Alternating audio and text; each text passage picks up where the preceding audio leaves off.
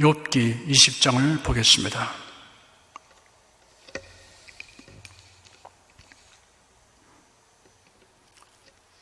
극심한 환난을 당한 욥이 그를 위문하러 온 친구들의 충고를 못마땅히 여겨 변론을 함으로 논쟁이 일어났습니다. 엘리바스, 빌닷, 소발의 순서대로 욥과 1차 논쟁에 이어 2차 논쟁이 진행되고 있습니다. 19장에서는 빌닷의 충고에 대한 욥의 변론이 있었는데 욥은 놀라운 기대와 믿음을 피력하였습니다. 내가 알기에는 나의 구속자가 살아 계시니 후일에 그가 땅 위에 쓰실 것이라. 나의 이 가죽 이것이 썩은 후에 내가 육체 밖에서 하나님을 보리라.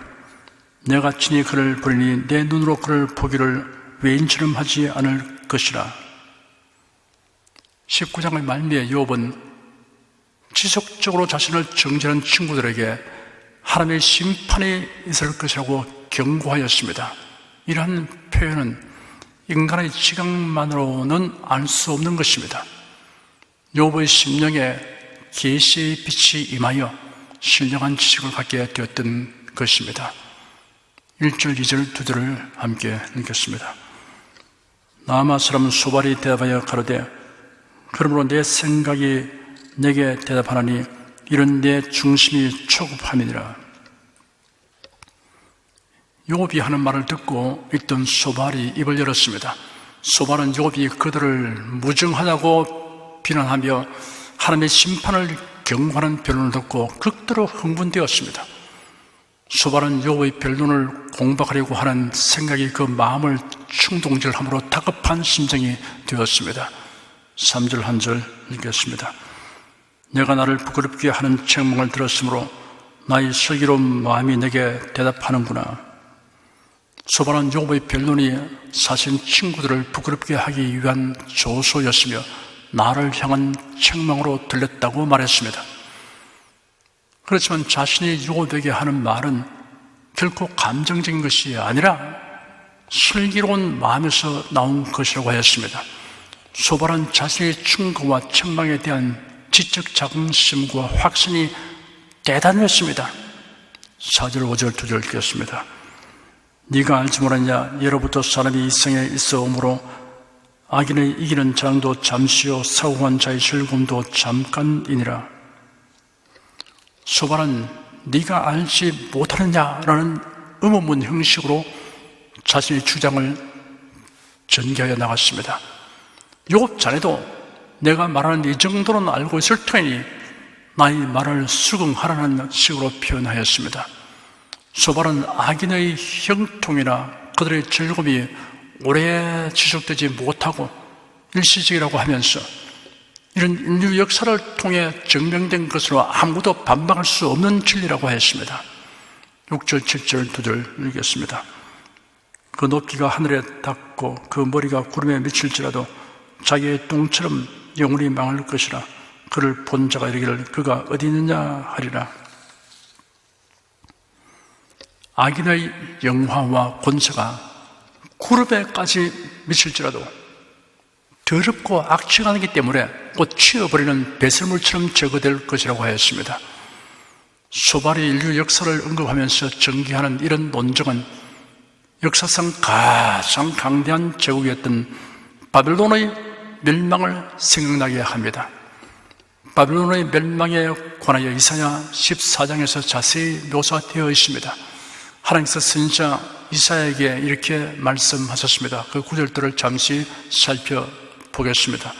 너는 바벨론 왕에 대하여 이 노래를 지으리기를 학대하던 자가 어찌 그리 거쳤으며 강포한 성이 어찌 그리 피하였는고 여호와께서 악인의 몽둥이와 패권자의 호를 꺾으시도다. 어찌라는 감탄사가 거듭 사용되었습니다. 이런 바벨론의 멸망이 의외의 사건이며 또한 너무나 신속하게 전개됨을 강조하는 표현입니다. 바벨론이 대제국으로서 천하를 호령하는 위세를 가지게 된 것은 범죄한 자들을 심판하시기 위한 하나님의 섭리에 의한 것입니다. 바벨론은 이러한 하나님의 섭리를 알지 못하고 교만하였기 때문에 하나님은 바벨론의 권세와 영광을 폐하시려고 작정하셨습니다. 그들이 분내의 여러 민족을 추대 치기를 맞이 아니하였고 노하여 열방을 억압하여도 그 억압을 막을 자 없었더니 이제는 온 땅이 평안하고 정원하니 무리가 소리 질러 노래하는도다. 바벨론의 세력은 막강하여 어느 민족도 그 침략을 막지 못하고 그 지배를 벗어날 수 없었습니다.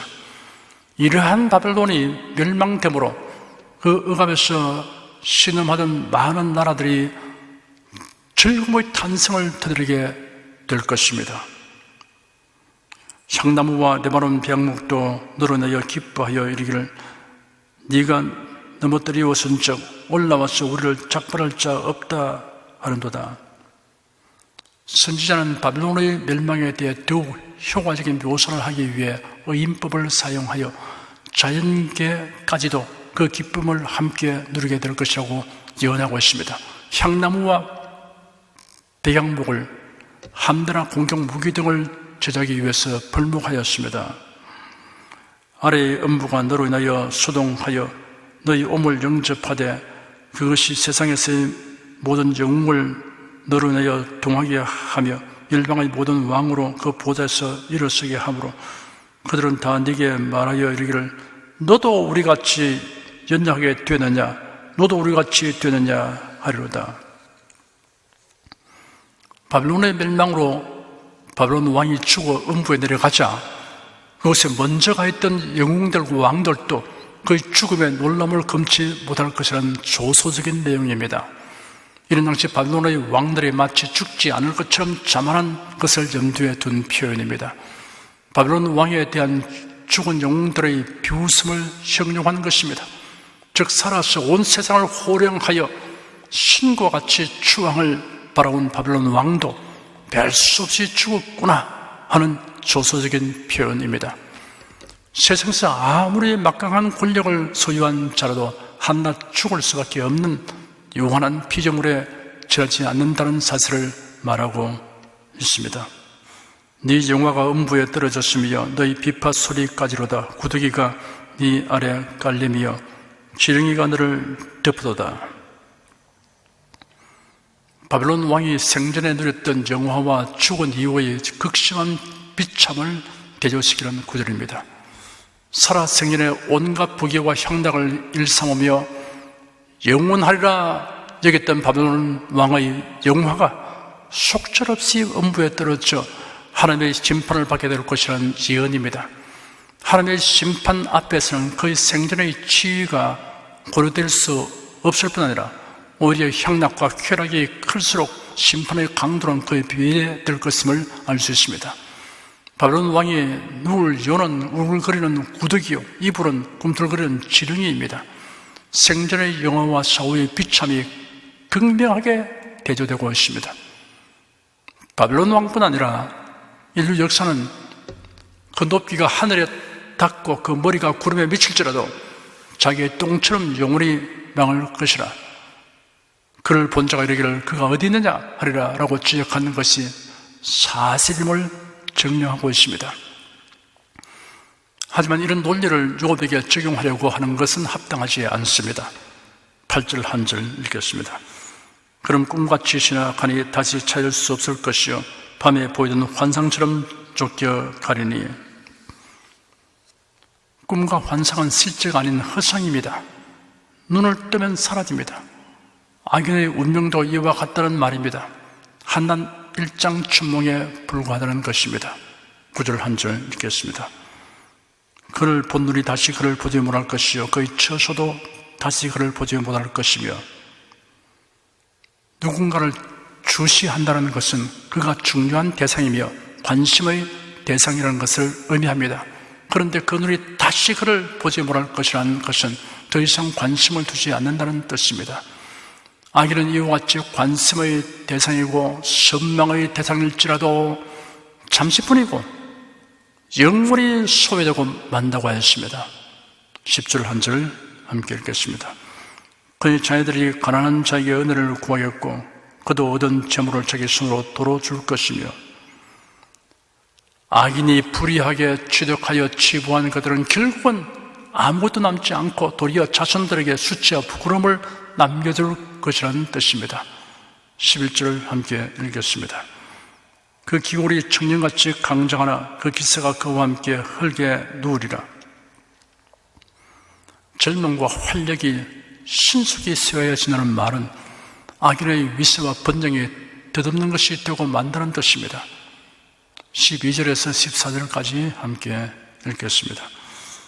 그는 비록 악을 달게 이겨 혀 밑에 감추며 아껴서 버리지 아니하고 입에 물고 있을지라도 그 식물이 창자 속에서 변하여 뱃속에서 독사의 썰기가 되느니라.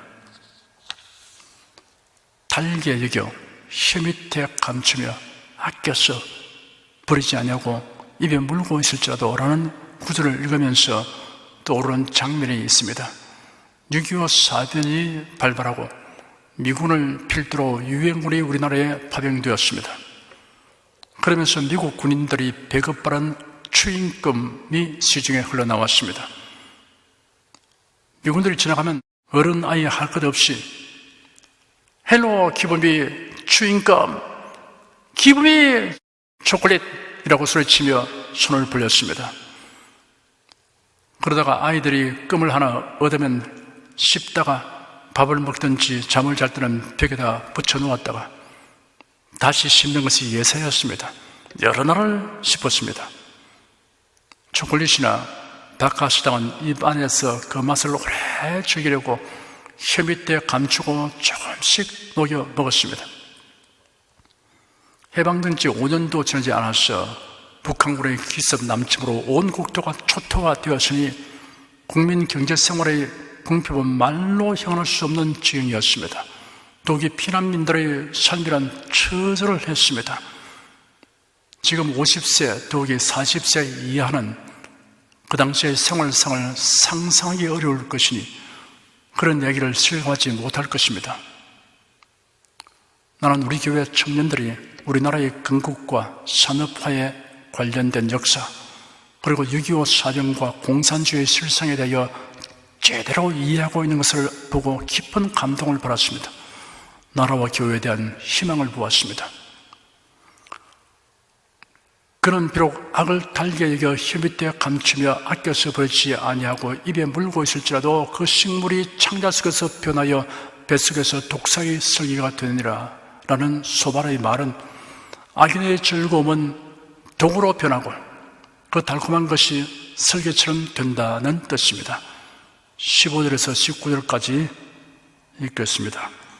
그가 재물을 삼켰을지라도 다시 토할 것은 하나님이 그 배에서 도로 나오게 하심이니 그가 독사의 독을 빨며 뱀의 혀에 죽을 것이라.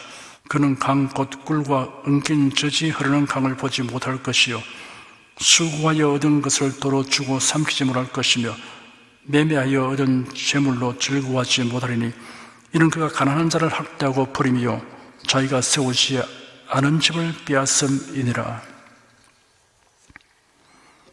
악인이 불의하게 취한 재물은 삼킨 음식물을 토하듯이 내놓게 될 것이며 불의의 재물이 독사의 독이 되어 파멸을 불러올 것이라고 하였습니다. 또한 악인은 참된 부유와 번영을 보지 못할 것이라고 하였습니다. 20절 한 절 읽겠습니다. 그는 마음에 족한 줄을 알지 못하니 그 기뻐하는 것을 하나도 보존치 못하겠고 악인의 불만족은 탐심 때문입니다. 참된 만족은 소유의 많고 적음에 있지 않습니다. 바울서를 말하기를 내가 궁핍으로 말하는 것이 아니라 어떠한 형편인지 내가 자족하기를 배우노니 내가 비천에 처할 줄도 알고 풍부에 절도 알아. 모든 일에 배부르며 배고픔과 풍부와 궁핍도 일체의 비결을 배우노라 하였습니다. 21절, 22절 두 절 읽겠습니다. 남긴 것이 없이 몰수히 먹으니 그런즉 그 형통함이 오래지 못할 것이라. 풍족할 때도 고내기 이르니 모든 고통하는 자의 손이 그에게 닿으리라. 악인이 지나친 탐욕을 부리다가 학대받는 자의 역습을 당하면 하나도 남는 것이 없게 된다고 하였습니다. 23절에서 29절까지 함께 읽겠습니다. 그가 배를 불리려 할 때 하나님이 맹렬한 진노를 내리시니 밥 먹을 때 그의 위에 비같이 쏟으시리라. 그가 칠병기를 피할 때는 노토알이 쏘아 꿰를 것이요 몸에서 그 살을 뼈낸 적 번쩍번쩍하는 촉이 그 설계에서 나오고 큰 두려움이 그에게 임하느니라. 모든 캄캄한 것이 그의 보물을 위하여 쌓이고 사람이 피우지 않은 불이 그를 멸하며 그 장벽에 남은 것을 사르리라. 하늘이 그의 죄악을 드러낼 것이요 땅이 일어나 그를 채울 것인즉 그 가산이 패하여 하나님의 진노하시는 날에 흘러가리니 이런 악인이 하나님께 받을 분깃이요 하나님이 그에게 정하신 산업이니라.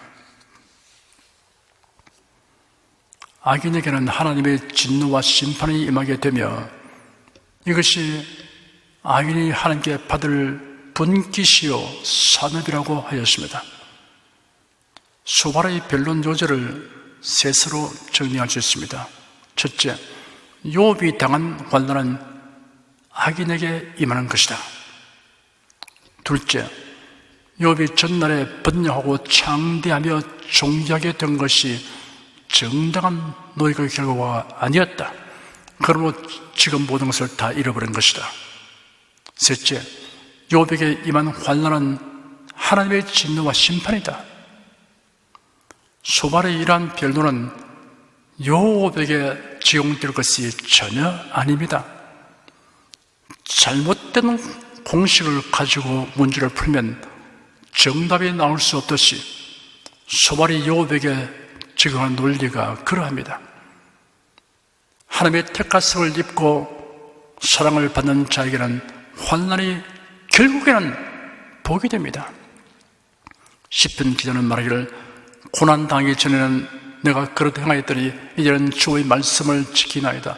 고난당한 것이 내게 유익이라 이로 인하여 내가 주의 율도를 배우게 되었나이다 하였습니다. 고린도후서 4장 17절 18절에는 우리의 잠시 받는 환난에 경하는 것이 지극히 크고 영원한 영광의 중한 것을 우리에게 이루게 하미니 우리의 돌아보는 것은 보이는 것이 아니요 보이지 않는 것이니 보이는 것은 잠깐이요 보이지 않는 것은 영원함이니라 하였습니다. 기도하겠습니다. 욥기를 통하여 사람의 판단은 왜곡되거나 사실과 다를 수 있으므로 사람의 판단으로 인해 상심하고 분하게 될 것이 아니라 하나님의 판단을 마음에 두고 하나님의 말씀대로 살기를 힘써야 한다는 것을 깨닫게 됩니다. 세상에서 우리가 경험하는 모든 일에 대하여 비록 충분하게 다 설명할 수 없어도 우리는 하나님의 선하심과 인자심이 변하지 않음을 알고 믿습니다.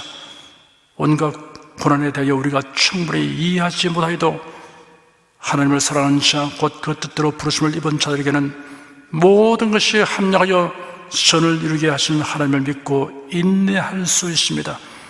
하나님을 신뢰하고 사랑하는 자가 부끄러움을 당하지 않도록 최후의 승리와 영광을 예비하신 하나님을 찬양합니다. 예수 그리스도 이름으로 기도드립니다. 아멘.